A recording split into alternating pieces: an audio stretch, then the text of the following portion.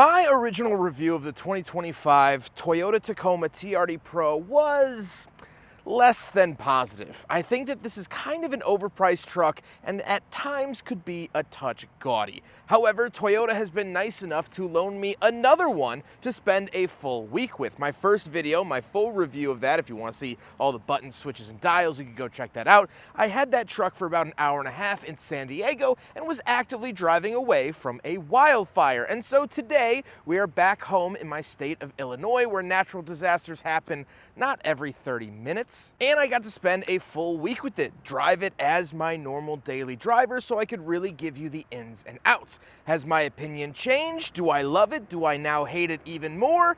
Let's talk about it. And let's start off with my biggest gripe. And that's this. The front seats. Now, the Toyota Tacoma engineers have spent a lot of time and development to make these suspension-actuated front seats. It's a really cool design. They have two air reservoirs and they act as like shock absorbers. And fun fact, they actually had a test mule in Japan to test these out, which was a Toyota Prius. So somewhere in the world, there's a Toyota Prius with these crazy shock seats. Here's the thing.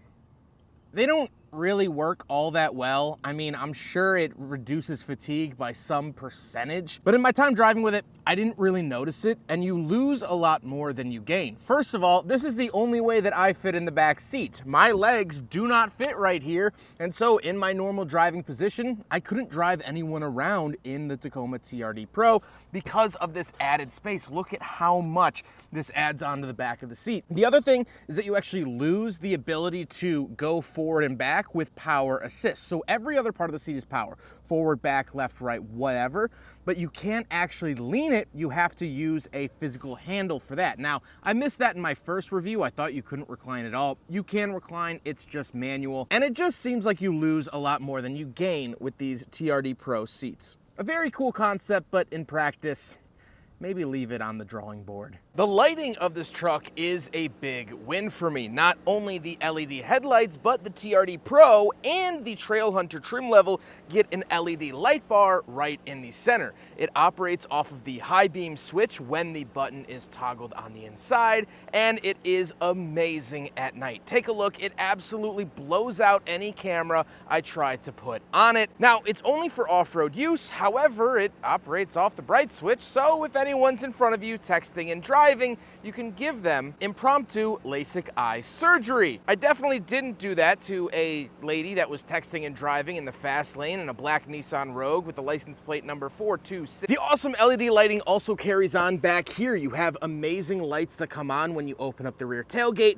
which are super helpful at night. They're super bright and honestly makes this truck feel very modern. You would not believe how many cars I review here in 2025 that still have incandescent bulbs, either in the interior or in necessary spots like the cargo space. So the Tacoma does that very well. But while we're back here, we could talk about the bed space. This is the 5-foot bed, and this, I wish that they offered a longer bed with the TRD Pro. I understand why they don't, because of suspension geometry, and this isn't really the heavy hauler truck. And we do get a power tailgate, which has been very nice. It is not only power down, which is nice and smooth, however, hit the button again, and it is power right back up. That has been absolutely lovely. You also do get an outlet inside the bed of the truck. So while helping a friend move, we did have to drive with the tailgate down with every load that we took. You do have some nice amenities back here. And again, this isn't the most hardcore hauler truck. This is the fun jumping truck.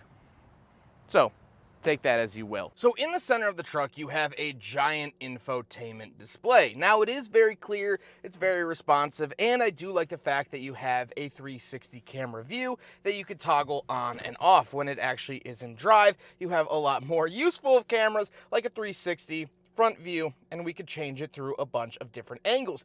This has been really helpful. However, you cannot keep the cargo view on. You see, there's the camera. You can't keep this view on while driving, which the Ford F-Series products do let you do, which is very, very helpful. So that is unfortunate. The other downside is that this screen absolutely dominates the interior. Less so during the day. During the day, it's not very distracting, but at night, it is very, very bright, and it is very distracting. Even on its lowest brightness setting, you can't really get it out of your field of vision. That's how massive it it is. So if you like big screens, it has it. If you're like me and you don't love big screens, you're stuck with it. Now, the TRD Pro does get special off-road suspension that allows the vehicle to jump through the air. That's right, they actually showed us in San Diego and took us on a ride along to jump the Toyota Tacoma. It does have amazing off-road suspension.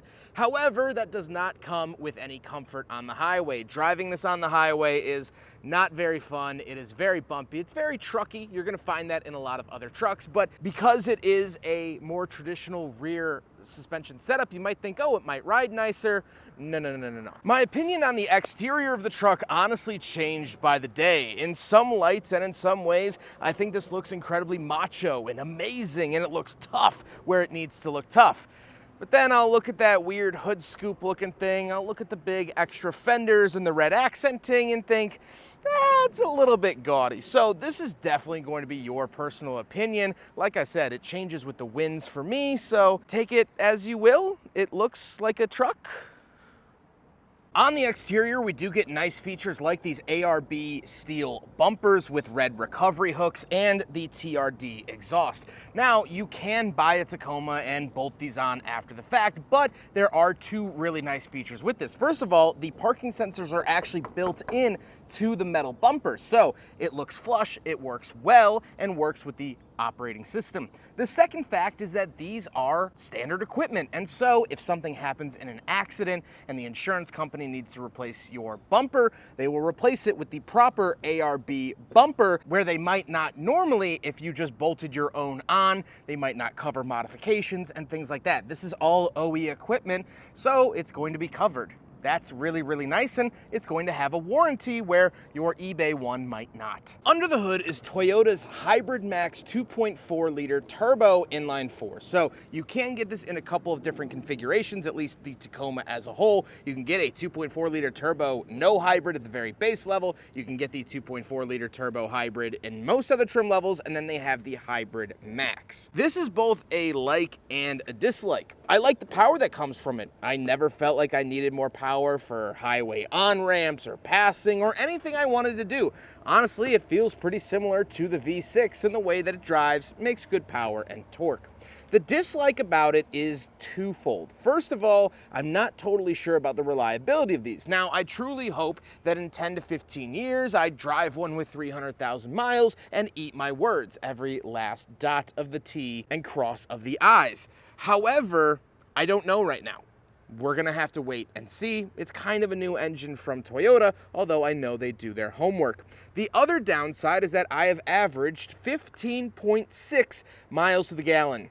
Not the stellar numbers you might expect out of a hybrid. Now, I also had one of these in December. I had a Trail Hunter that had the same Hybrid Max drivetrain, and that got 16.6 miles to the gallon. So still not great, not awful either, but something to note. If you're expecting the 20s out of this truck, don't expect that. So then, what's my final consensus? Now that I've spent a full week with the Tacoma TRD Pro, do I like it more? I have to say that I do. I like it a little bit more than when I originally drove it. Now, the drawbacks are still there. I don't like the big screen. I don't like the seats, and the fuel economy isn't as great as I would want it. However, I have really enjoyed it. This is a very macho truck. I was able to do macho truck things with it, but at that price tag that I've been kind of avoiding all video, which, let me get, $65,920, so really $66,000 tax, title, fee, and dealer markup. You're looking at a $70,000 truck. I don't feel that it's worth that. There is a lot of cool tech in here and a lot of great things about it, but for value and money, I would much rather go with the TRD off-road trim. I feel like it's just as off-roady. I feel like it's a very solid package and at a considerable discount to the TRD Pro. But if you need that size 1000 font saying TRD Pro on your tailgate, I guess you're gonna pay $66,000 for it. I hope you guys enjoyed this different style of video than my regular review. Huge thank you to Toyota for loaning me this vehicle for the last week to try out for you guys and give you guys the business on if it's good or not. If you like this style of video, please let me know in the comments down below. I'll try to make more of them with some of the press vehicles that I get. But until next time, Take care, everyone.